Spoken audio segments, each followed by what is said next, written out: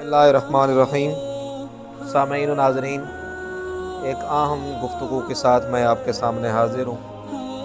ہم جس رب پر ایمان لاتے ہیں وہ بڑا مہربان ہے، وہ بڑا رحیم ہے، وہ بڑا کریم ہے۔ ہزاروں لاکھوں گناہ کرتے ہیں اور وہ رب ہمیں معاف کرتا ہے۔ صرف آپ پاکستان کی آبادی دیکھ لیں، تقریباً 22 سے 23 کروڑ اس کی آبادی ہے، اور کتنے بڑے بڑے گناہ ہمارے اس ملک میں ہو رہے ہیں۔ پوری دنیا میں جو ہے وہ اربوں لوگ جو ہے وہ موجود ہیں، اور انسان گناہ کرتا رہتا ہے۔ مسلمان گناہوں کی دلدل میں پھنسے جا رہے ہیں، لیکن رب العالمین کی رحمت اور کریمی دیکھیے، وہ اتنا مہربان رب ہمیں 1000 دفعہ وہ معاف فرماتا ہے، اور کبھی اس نے انتقامی کارروائی نہیں فرمائی، انتقام نہیں لیا کہ میں تمہیں صبح شام رزق دیتا ہوں، میں تمہارے اوپر اتنی کرم نوازیاں کرتا ہوں اور تم میری ناشکریاں کرتے ہو، میری نافرمانیاں کرتے ہو۔ کوئی ایسا گناہ آپ دیکھ لیں جو ہم نے نہ کیا ہو۔ شراب ہمارے اندر موجود ہے، بلکہ زنا جیسی لعنت جو ہے وہ شامل ہو چکی ہے، چوری ہے، ڈکیتی ہے، جھوٹ ہے، بڑے بڑے گناہ، دھوکہ بازی ہے، ملاوٹ ہے۔ وہ سارے گناہ ہم کر رہے ہیں جو نہیں کرنے چاہیے، لیکن رب العالمین ہمیں معاف کرتا جا رہا ہے۔ تو ایز اے مسلمان آج ہمارے لیے، میں آپ کے سامنے ایک چھوٹا منہ بڑی بات والا حساب ہے کہ میں ایک چھوٹا ہونے کے ناطے آپ سے گزارش کرتا ہوں کہ ہمیں چاہیے کہ ہم بھی اپنے اندر کوئی رحم دلی پیدا کریں۔ اصل میں یہ واقعہ مجھے ایک بات سے یاد آیا، ایک وجہ جو میرے ساتھ پیش آئی۔ میں ایک ہاسپٹل میں تھا کسی مریض کے ساتھ، میں نے دیکھا کہ مریض تڑپ رہا ہے، بلکہ میرے مریض جیسے کئی مریض تڑپ رہے تھے، اور ہمارے ڈاکٹر حضرات بڑے آرام سے بیٹھ کر چائے چل رہی ہے۔ یہ گورنمنٹ ہاسپٹل کا واقعہ ہے، نام لینا ضروری نہیں ہے، لیکن ڈاکٹرز بیٹھے ہوئے ہیں اور بڑے آرام سے ناشتے چل رہے ہیں، اور مریض کے اوپر جان کی بنی ہوئی ہے۔ اور ایک مریض نہیں بلکہ روزانہ کئی 100 مریض اس ہاسپٹل کے اندر آتے ہیں اور علاج کرواتے ہیں۔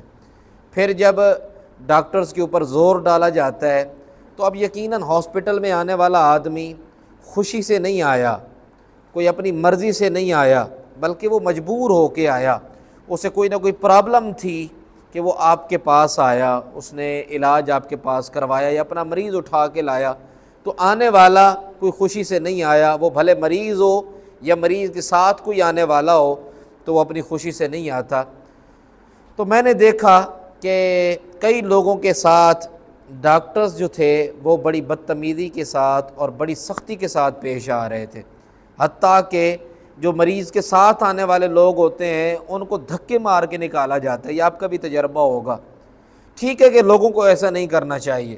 اب ایز اے قوم ہمیں یہ سوچنا چاہیے، جب ہم کسی مریض کے ساتھ جاتے ہیں تو کئی دفعہ ایک مریض ہوتا ہے، 10 آدمی اس کی عیادت کے لیے اور اس کے ساتھ شامل ہو کر وہ اس وارڈ میں شفٹ ہو کر بیٹھے ہوتے ہیں۔ سمجھ ہی نہیں آتی مریض کون ہے اور عیادت کرنے والے لوگ کون ہیں، اس کی دیکھ بھال کرنے والے لوگ کون ہیں۔ تو ایک آدمی کی جو اجازت ہوتی ہے ویسا ہی ہونا چاہیے، لیکن جب کوئی آدمی کسی مریض کے ساتھ جاتا ہے تو اس کو نہیں معلوم ہوتا کہ میں نے کرنا کیا ہے، کیونکہ ایک پریشانی کا عالم ہوتا ہے۔ کوئی ایکسیڈنٹ میں گیا ہے، کوئی بے ہوش ہو کر گیا ہے، کوئی بخار کے عالم میں گیا ہے، کوئی کسی بھی جو ہے وہ بیماری میں گیا، تو اس کے ساتھ آنے والے کو خوشی سے نہیں بیٹھے ہوتے، وہ اس کے ساتھ پیار کرتے ہیں، اس کے ساتھ ان کو محبت ہوتی ہے۔ اور ڈاکٹر حضرات سب سے ہمارا پڑھا لکھا طبقہ ہے، ہماری اس قوم کا سب سے پڑھا لکھا طبقہ ہے۔ ان کو سوچنا چاہیے، دیکھنا چاہیے، اور اس بندے کو سمجھ ہوتی ہے اس لیول پہ کہ میں نے ایک جاہل کے ساتھ کس طرح گفتگو کرنی ہے، میں نے پڑھے کے لکھے کے ساتھ کس طرح پیش آنا ہے۔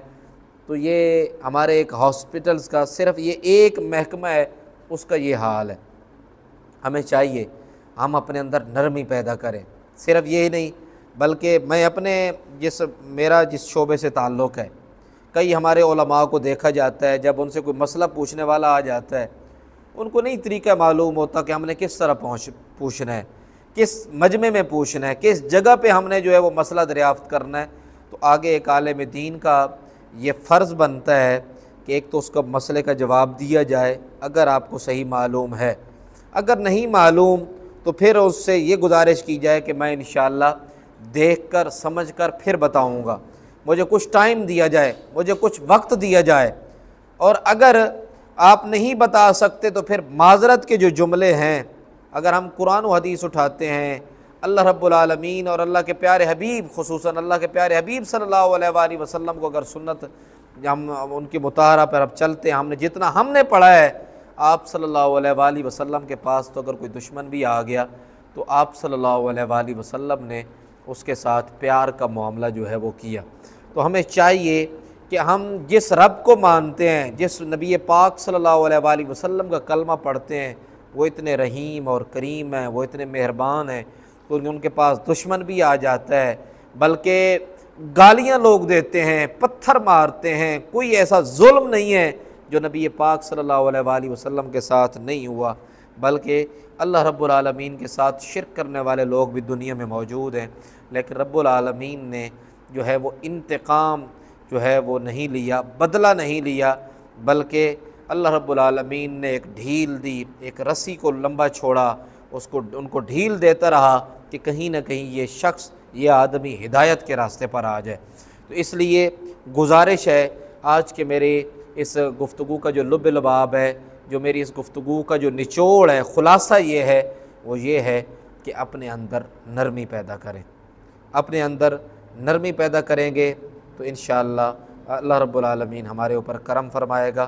دعا یہی ہے، اللہ تعالی ہمیں اپنے پیارے حبیب صلی اللہ علیہ وآلہ وسلم کی سنت پر عمل پیرا ہونے کی توفیق عطا فرمائے۔ والسلام۔